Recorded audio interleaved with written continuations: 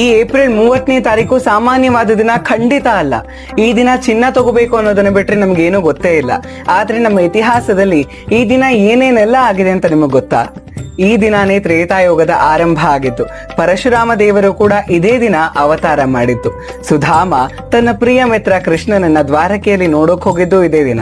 ವೇದವ್ಯಾಸರು ಮಹಾಭಾರತದ ರಚನೆಯನ್ನ, ತುಳಸಿದಾಸರು ರಾಮಚರಿತ ಮಾನಸದ ರಚನೆಯನ್ನ ಮಾಡೋದಕ್ಕೆ ಶುರು ಮಾಡಿತ್ತು ಇದೇ ದಿನ. ಗಂಗೆ ಶಿವನ ಜಟೆಯ ಮೂಲಕ ಧರೆಗಿಳಿದಿದ್ದು ಇದೇ ದಿನ. ಪಾಂಡವರಿಗೆ ಅಕ್ಷಯ ಪಾತ್ರೆ ಸಿಕ್ಕಿದ್ದು ಕೂಡ ಇದೇ ದಿನ. ಕುಬೇರ ಧನದ ಅಧಿಪತಿಯಾಗಿ ನೇಮಕ ಆಗಿದ್ದು ಇದೇ ದಿನ. ಆದಿಶಂಕರಾಚಾರ್ಯರು ಕನಕಧಾರ ಸ್ತೋತ್ರದ ರಚನೆಯನ್ನ ಮಾಡಿದ್ದು ಕೂಡ ಇದೇ ದಿನ. ಹಾಗಾಗಿ ಚಿನ್ನ ತಗೊಳ್ಳುವಂತಹ ಮಟೀರಿಯಾಲಿಟಿಯನ್ನ ಪಕ್ಕಕ್ಕಿಟ್ಟು ನಾವು ಈ ದಿನವನ್ನ ನೋಡೋದಾದ್ರೆ, ಈ ದಿನ ನಾವ್ ಏನೆಲ್ಲ ಮಾಡ್ತೀವೋ ಅದರ ಫಲಕ್ಕೆ ಎಂಡೇ ಇಲ್ಲ, ಅದರ ಫಲ ನಾಶನೇ ಆಗೋದಿಲ್ಲ. ಅಂದ್ರೆ ಅದರ ಫಲ ಕ್ಷಯವನ್ನ ಹೊಂದೋದಿಲ್ಲ. ಹಾಗಾಗಿ